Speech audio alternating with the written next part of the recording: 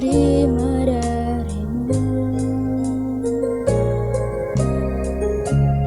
Dengan apa ku membalas cintamu? Oh Yesusku, ku mau selalu bersyukur, selalu bersyukur. Kau Tuhan yang setia, yang selalu menopang. Ku mau selalu bersyukur, selalu bersyukur. Kau Bapakku yang setia. Ku mau selalu bersyukur, selalu bersyukur. Kau Tuhan yang setia, yang selalu menopang. Ku mau selalu bersyukur, selalu bersyukur. Kau Bapakku yang setia.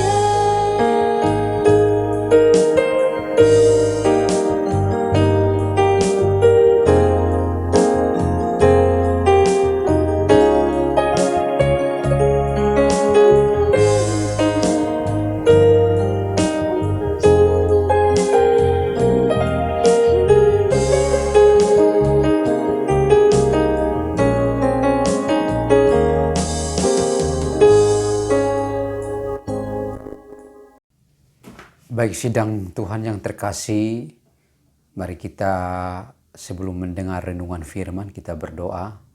Ya Tuhan, berikan kami makanan rohani yaitu firman-Mu, menjadi kehidupan kami, kekuatan kami, bahkan juga pengharapan kami.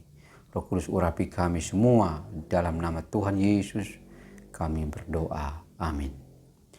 Baik sidang Tuhan yang terkasih, kita akan mendengar firman Tuhan dari Matius pasal yang ke-26, ayat yang ke-47 dan seterusnya.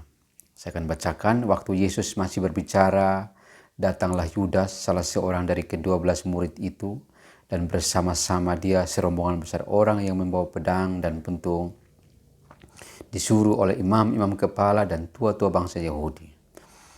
Orang yang menyerahkan dia telah memberitahukan tanda ini kepada mereka. Orang yang akan kucium itulah dia, tangkaplah dia. Dan segera ia maju mendapatkan Yesus dan berkata, "Salam Rabi," lalu mencium dia. Tetapi Yesus berkata kepadanya, "Hai teman, untuk itukah engkau datang?" Maka majulah mereka memegang Yesus dan menangkapnya. Tetapi seorang dari mereka yang menyertai Yesus mengulurkan tangannya, menghunus pedangnya dan meletakkannya kepada hamba imam besar sehingga putus telinganya. Maka kata Yesus kepadanya, "Masukkan pedang itu kembali ke dalam sarungnya, sebab barang siapa menggunakan pedang akan binasa oleh pedang. Atau kau sangka bahwa aku tidak dapat berseru kepada Bapakku supaya ia segera mengirim lebih dari 12 pasukan malaikat membantu aku? Jika begitu, bagaimanakah akan digenapi yang tertulis dalam kitab suci yang mengatakan bahwa harus terjadi demikian?" Pada saat itu Yesus berkata kepada orang banyak, "Sangkamu aku ini penyamun, maka kamu datang lengkap dengan pedang dan pentung untuk menangkap aku? Padahal tiap-tiap hari aku duduk mengajar di bait Allah, dan kamu tidak menangkap aku. Akan tetapi semua ini terjadi supaya genap yang ada tertulis dalam kitab nabi-nabi." Lalu semua murid itu meninggalkan dia dan melarikan diri. Penderitaan Yesus adalah kegenapan dari nubuatan. Peristiwa penangkapan sampai penyalipan Yesus itu bukan sesuatu yang terjadi seketika atau mendadak, tetapi ini sudah dinubuatkan beratus-ratus tahun yang lalu oleh para nabi. Dalam perjanjian lama, para nabi sudah menubuatkan, menyampaikan, bahkan menulis itu dalam kitab perjanjian lama tentang penderitaan salib. Sehingga kita bisa pastikan bahwa peristiwa salib adalah peristiwa yang tercatat di Alkitab atau peristiwa Alkitabiah. Peristiwa yang dalam rancangan dan desainnya Tuhan, sehingga peristiwa ini harus terlaksana. Kita bisa melihat waktu Yesus ditangkap oleh rombongan besar utusan dari para imam kepala, mereka membawa pentung, mereka membawa pedang, dan begitu banyak datang untuk menangkap Yesus.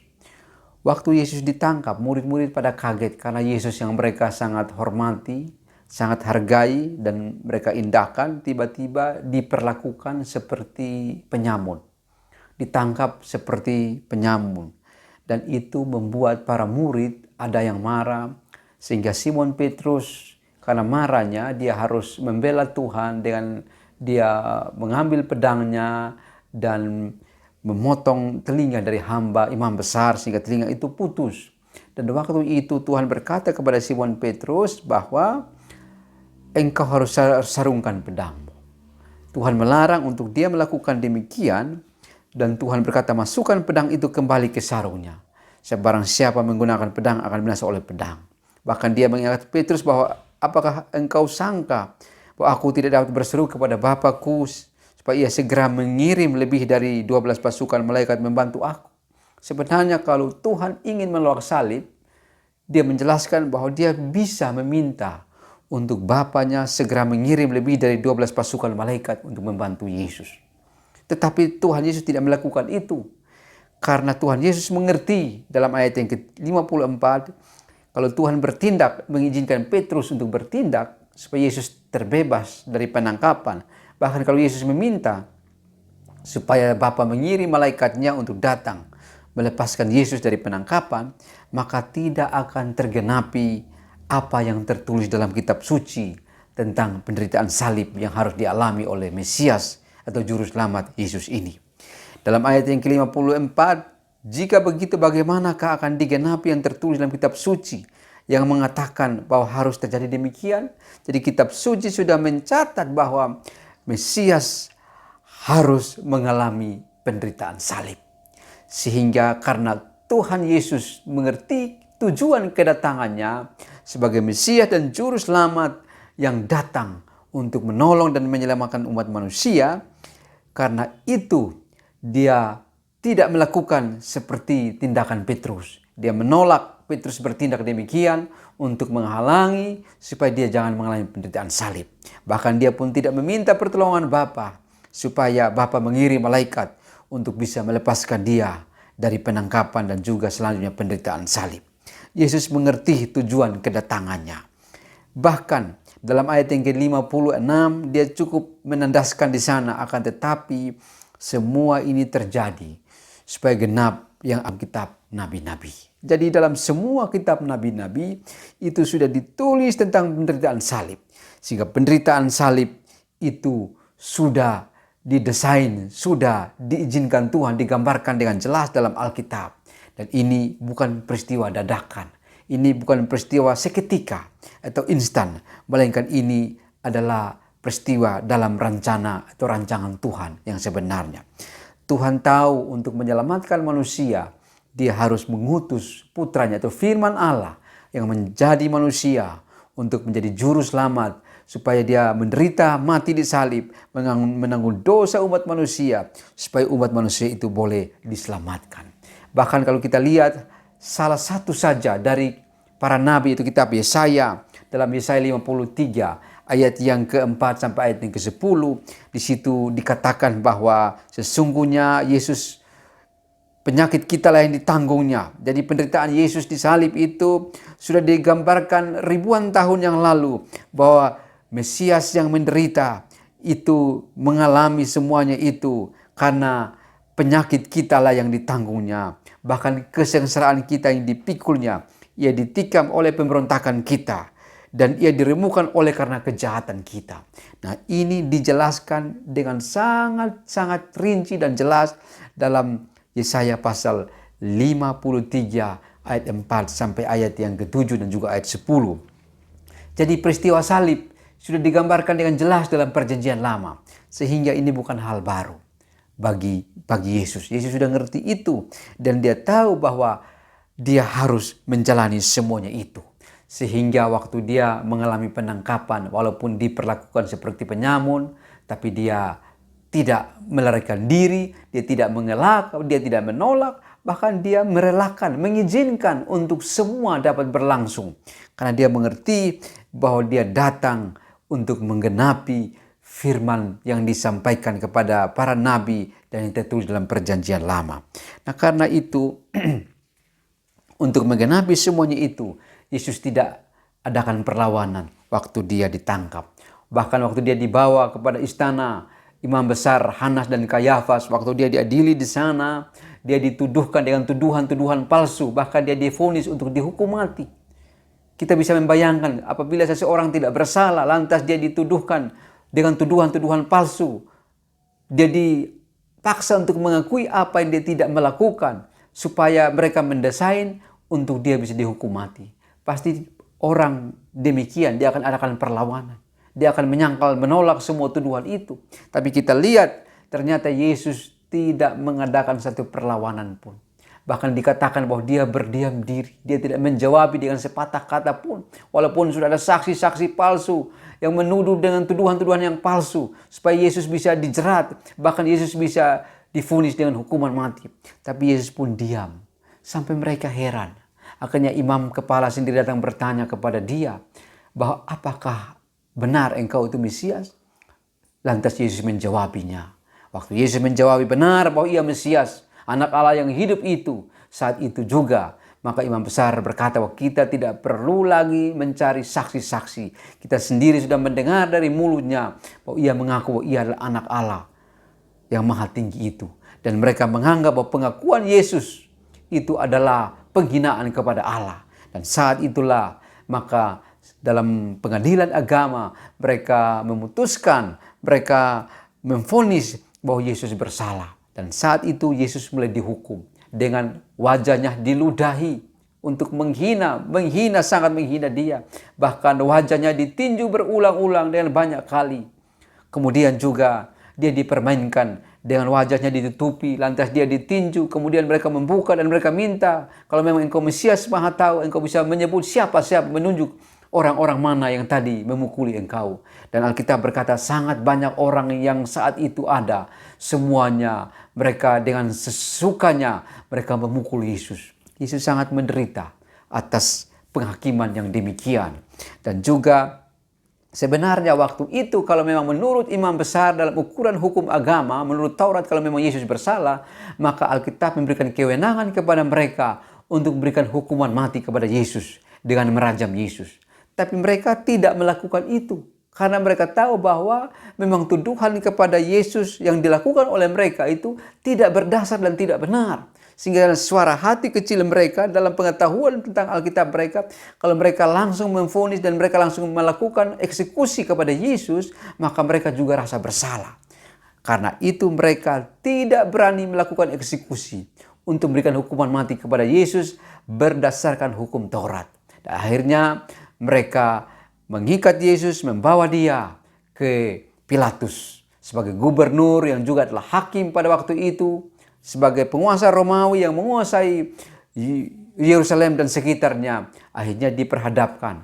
Tapi waktu mereka sampai kepada Pilatus, maka mereka mengubah dakwaan mereka. Mereka tidak mendakwa seperti tadi dalam pengadilan agama, tapi mereka ubah dakwaan mereka. Mereka berkata bahwa Yesus mengakui bahwa dirinya adalah raja orang Yahudi. Padahal tidak pernah Yesus memproklamirkan dirinya sebagai raja orang Yahudi. Bahkan dalam Yohanes pasalnya yang ke-6 ayat yang ke-15, waktu banyak orang melihat mujizat Yesus memberi makan 5.000 orang, maka orang-orang datang mengikuti dia, bahkan mereka memaksa untuk mau menjadikan dia raja. Tapi dia mengelak dan dia menghindar, dia menolak, dia tidak mau untuk dijadikan raja. Jadi tuduhan mereka tidak benar. Itu tuduhan yang dicari-cari dan politis untuk supaya bisa Yesus dihukum mati. Dan akhirnya Pilatus memeriksa Yesus. Waktu Pilatus memeriksa Yesus, ternyata dalam pengadilan, dalam ukuran dan hukum sipil yang dipakai oleh Pilatus pun, Yesus tidak ada salah. Yesus tidak ada pelanggaran. Dan itu disampaikan Pilatus kepada para pendakwanya, para imam, bahwa dia tidak menemukan ada kesalahan apapun yang dikaitkan dengan hukuman mati. Tapi mereka tidak setuju dan mereka terus menekan Yesus harus dihukum mati.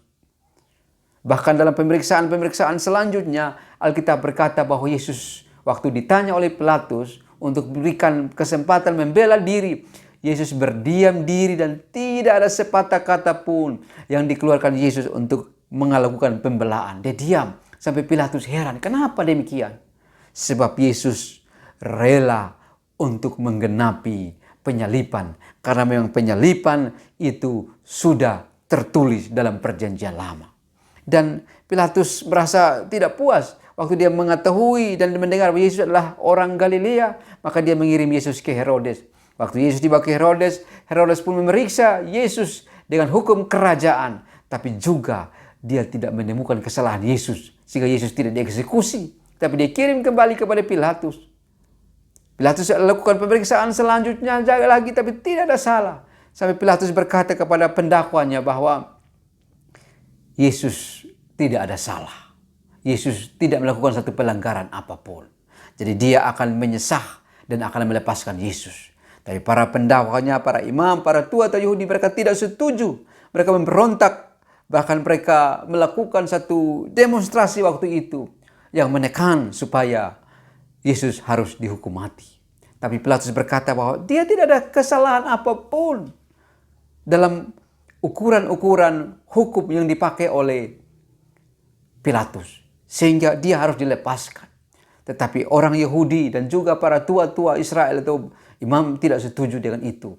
Dan akhirnya waktu itu sesuai dengan kebiasaan bahwa pada hari raya maka gubernur akan melakukan ada pengampunan atau pengampunan kepada mereka yang terhukum. Dan di situ ada penjahat yang sangat beringas, kelas kakap, namanya Yesus Barabas, dan juga dikeluarkan.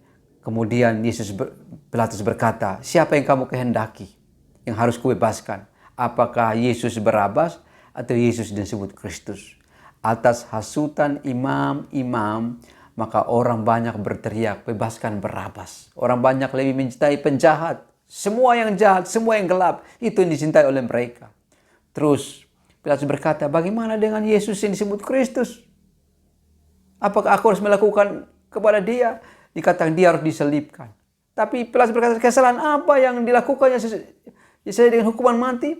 Tidak ada. Tapi mereka terus berteriak, kalau engkau tidak melakukan penghukuman kepada Yesus, maka engkau bukan sahabat kaisar. Secara psikis, maka Pilatus tertekan. Tetapi juga ada pesan waktu itu dari istrinya, berikan pesan kepada Pilatus, jangan engkau mencampuri perkara orang benar itu. Sebab tadi malam karena dia, maka saya mendapat mimpi yang kurang baik. Ini pesan Tuhan sebenarnya buat Pilatus. Supaya Pilatus bersikap objektif. Supaya Pilatus bersikap membela kebenaran sesuai dengan aturan hukum yang ada. Tidak belok kiri, tidak belok kanan, tidak berada sebelah.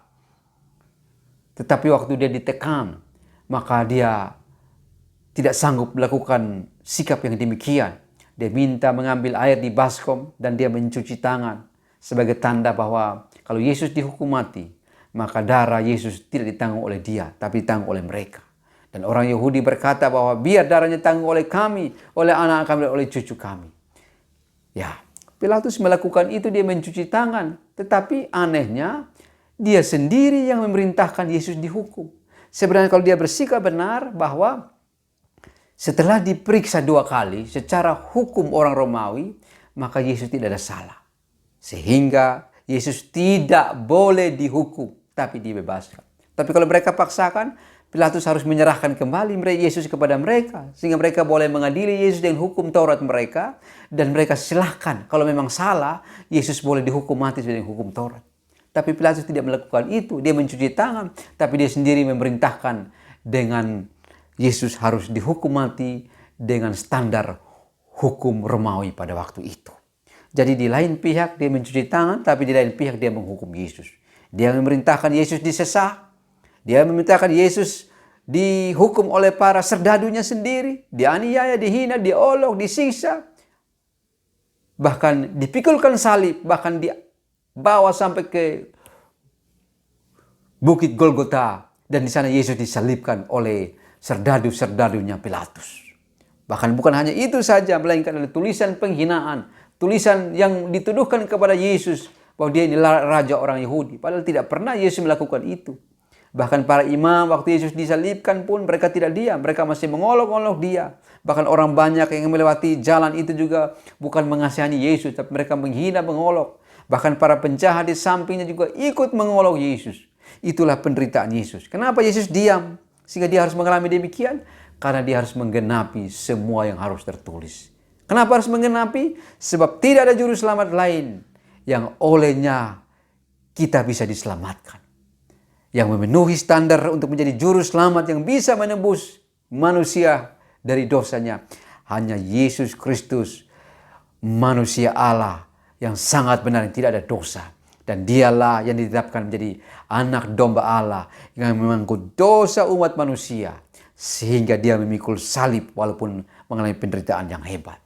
Inilah pelajaran indah bagi kita. Bila kita mengasihi Yesus, Yesus mengalami semua itu.